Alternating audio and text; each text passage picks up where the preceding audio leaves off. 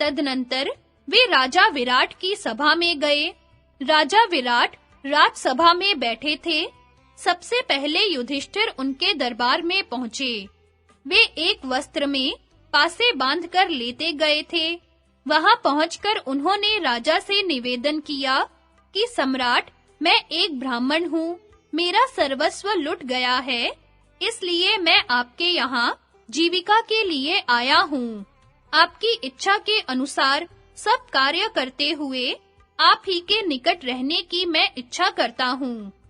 राजा ने बड़ी प्रसन्नता के साथ उनका स्वागत किया और उनकी प्रार्थना स्वीकार कर ली। फिर प्रेम पूर्वक पूछा, ब्राह्मण देवता, मैं यह जानना चाहता हूँ कि तुमने किस राजा के राज्य से यहाँ पधारने का कष्ट किया है? तुम्हारा नाम और गोत्र क्या है तथा तुम कौन सी कला जानते हो? युधिष्ठिर बोले, राजन, मैं व्याघ्रपात गोत्र में उत्पन्न हुआ हूँ। मेरा नाम है कंक। पहले मैं राजा युधिष्ठिर के साथ रहता था। जुआ खेलने वालों में पासा फेंकने की कला का मुझे विशेष ज्ञान है। विराट ने कहा, कंक, मैंने तुम्हें अपना मित्र बनाया। जैसी सवारी में मैं चलता हूँ, वैसी ही तुम्हें भी मिलेगी। पहनने के वस्त्र और भोजन पान आदि का प्रबंध भी पर्याप्त मात्रा में रहेगा। बाहर के राज्य, कोष और सेना आदि तथा भीतर के धन दारा आदि की देखभाल तुम पर छोड़ता हूँ। तुम्हारे लिए राजमहल का फाटक सदा खुला रहेगा। तुमसे कोई पर्दा नहीं रखा जाएगा। जो लोग जीविका के बिना कष्ट पाते हो और तुम्हारे पास आकर याचना करें, उनकी प्रार्थना तुम हर समय मुझको सुना सकते हो। तुम्हें विश्वास दिलाता हूँ कि उन याचकों की सभी कामनाएं मैं पूर्ण करूँगा। तुम मुझसे कुछ भी कहते समय भय या संकोच न करना। राजा से इस प्रकार बातचीत करके युधिष्ठिर बड़े सम्मान के साथ वहां सुखपूर्वक रहने लगे। उनका गुप्त रहस्य किसी पर प्रकट न हुआ। तदनंतर सिंह किसी मस्त चाल से चलते हुए भीमसेन राजा के दरबार में उपस्थित हुए। उनके हाथ में चमचा, करछी और साग काटने के लिए एक लोहे का काला छुरा था। वेश तो रसोइये का था, पर उनके शरीर से तेज निकल रहा था। उन्होंने आते ही कहा, राजन, मेरा नाम बल्लव है। मैं रसोई का काम जानता हूँ। मुझे बहुत अच्छा भोजन बनाना आता है। आप इस काम के लिए मुझे रख लें। विराट ने कहा, बल्लव, मुझे विश्वास नहीं होता कि तुम रसोइये हो। तुम तो इंद्र के समान तेजस्वी और पराक्रमी दिखाई देते हो। भीमसेन बोले, महाराज, विश्वास कीजिए, मैं रसोइया हूँ और आपकी सेवा करने आया हूँ। राजा युधिष्ठिर ने भी मेरे बनाए हुए भोजन का स्वाद लिया है। इसके सिवा, जैसा कि आपने कहा है, मैं पराक्रमी भी हूँ। बल में मेरे समान दूसरा कोई नहीं है। पहलवानी में भी मेरी बराबरी कोई नहीं कर सकता। मैं सिंहों और हाथियों से युद्ध करके आपको प्रसन्न किया करूँगा। विराट ने कहा, अच्छा, भैया तुम अपने को भोजन बनाने के काम में कुशल बताते हो, तो यही काम करो। यद्यपि मैं यह काम तुम्हारे योग्य नहीं समझता, तथापि तुम्हारी इच्छा देखकर स्वीकार कर रहा हूँ। तुम मेरी पाकशाला के प्रधान अधिकारी रहो।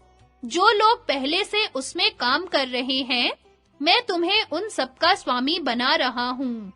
इस प्रकार भीमसेन राजा विराट की पाकशाला के प्रधान रसोइये हुए। उन्हें कोई पहचान ना सका। राजा के वे बड़े ही प्रिय हो गए। इसके बाद द्रौपदी सैरंध्री का सा वेश बनाए दुखिया की तरह नगर में भटकने लगी। उस समय राजा विराट की रानी सुदेशना अपने महल से नगर की शोभा देख रही थी। उनकी दृष्टि द्रौपदी पर पड़ी। वह एक वस्त्र धारण किए अनाथा सी जान पड़ती थी। रूप तो उसका अद्भुत था ही। रानी ने उसे अपने पास बुलाकर पूछा, कल्याणी, तुम कौन हो और क्या करना चाहती हो? द्रौपदी ने कहा, महारानी, मैं सैरंध्री हूँ और अपने योग्य काम चाहती हूँ। जो मुझे नियुक्त करेगा, मैं उसका कार्य करूँगी। सुदेशना बोली, भामिनी, तुम्हारे जैसी रूपवती स्त्रियां सैरंध्री नहीं हुआ करती। तुम तो बहुत से दास और दासियों की स्वामिनी जान पड़ती हो। बड़ी-बड़ी आंखें, लाल-लाल ओंठ, शंख के समान गला, नस और नाड़ियां मांस से ढकी हुई और पूर्ण चंद्रमा के समान मनोहर मुखमंडल। यह है तुम्हारा सुंदर रूप, जिससे लक्ष्मी सी जान पड़ती हो। अतः सच-सच बताओ, तुम कौन हो? यक्ष या देवता तो नहीं हो, अथवा तुम कोई अप्सरा, देवकन्या, नागकन्या या चंद्रपत्नी रोहिणी या इंद्राणी तो नहीं हो, अथवा ब्रह्मा या प्रजापति की देवियों में से कोई हो। द्रौपदी बोली, रानी, मैं सच कहती हूँ, देवता या गंधर्वी नहीं हूँ, सेवा का काम करने वाली सैरंध्री हूँ। बालों को सुंदर बनाना और गूंथना जानती हूँ। चंदन या अंगराग भी बहुत अच्छा तैयार करती हूँ। मल्लिका, उत्पल, कमल और चंपा आदि फूलों के बहुत सुंदर एवं विचित्र हार गूंथ सकती हूँ। आज से पहले मैं महारानी द्रौपदी की सेवा में रह चुकी हूँ। जहाँ-तहाँ घूम फिरकर सेवा करती रहती हूँ और भोजन तथा वस्त्र के सिवा और कुछ नहीं लेती। वह भी जितना मिल जाए उतने से ही संतोष कर लेती हूँ। सुदेशना ने कहा, यदि राजा तुम पर मोहित न हो, तो मैं तुम्हें अपने सिर पर रख सकती हूँ। किंतु मुझे संदेह है कि राजा तुम्हें देखते ही संपूर्ण चित्त से तुम्हें चाहने लगेंगे। द्रौपदी बोली, महारानी, राजा विराट अथवा कोई भी परपुरुष मुझे प्राप्त नहीं कर सकता। 5 तरुण गंधर्व मेरे पति हैं, जो सदा मेरी रक्षा करते रहते हैं। जो मुझे अपनी जूठन नहीं देता, मुझसे पैर नहीं धुलवाता, उसके ऊपर मेरे पति गंधर्व लोग प्रसन्न रहते हैं। परंतु जो मुझे अन्य साधारण स्त्रियों के समान समझकर बलपूर्वक प्राप्त करना चाहता है, उसको उसी रात में शरीर त्याग करना पड़ता है। मेरे पति उसे मार डालते हैं, अतः कोई भी पुरुष मुझे सदाचार से विचलित नहीं कर सकता। सुदेशना ने कहा, नंदिनी, यदि ऐसी बात है तो मैं तुम्हें अपने महल में रखूंगी। तुम्हें पैर या जूठन नहीं छूने पड़ेंगे। विराट की रानी ने जब इस प्रकार आश्वासन दिया, तब पातिव्रत धर्म का पालन करने वाली सती द्रौपदी वहां रहने लगी। उसे भी कोई पहचान न सका। सहदेव, अर्जुन और नकुल का विराट के भवन में प्रवेश। वैशंपायन जी कहते हैं, तदनंतर सहदेव भी ग्वाले का वेश बनाकर वैसी ही भाषा बोलता हुआ राजा विराट की गौशाला के निकट आया। उस तेजस्वी पुरुष को बुलाकर राजा स्वयं उसके समीप गए और पूछने लगे, तुम किसके आदमी हो? कहाँ से आए हो? कौन सा काम करना चाहते हो? ठीक-ठीक बताओ। सहदेव ने कहा, मैं जाति का वैश्य हूँ। मेरा नाम अरष्टि नेमी है। पहले मैं पांडवों के यहाँ गौओं की संभाल के लिए रहता था, पर अब तो वे पता नहीं कहाँ चले गए। बिना काम किए जीविका नहीं चल सकती और पांडवों के बाद आपके सिवा दूसरा कोई राजा मुझे पसंद नहीं है। राजा विराट ने कहा, तुम्हें किस काम का अनुभव है? किस शर्त पर यहाँ रहना चाहते हो और इसके लिए तुम्हें क्या वेतन देना पड़ेगा? सहदेव बोले, मैं यह बता चुका हूँ कि पांडवों की गौओं को संभालने का काम करता था। वहाँ लोग मुझे तंतीपाल कहते थे।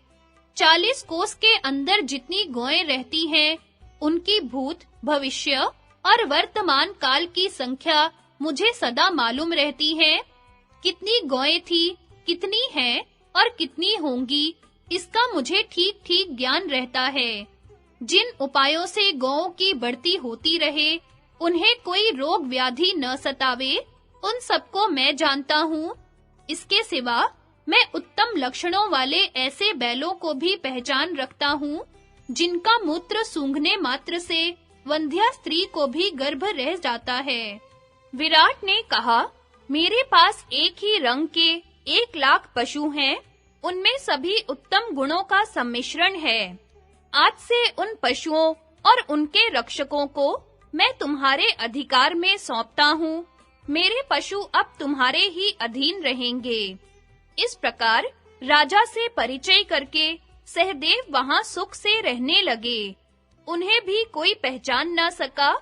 राजा ने उनके भरण पोषण का उचित प्रबंध कर दिया।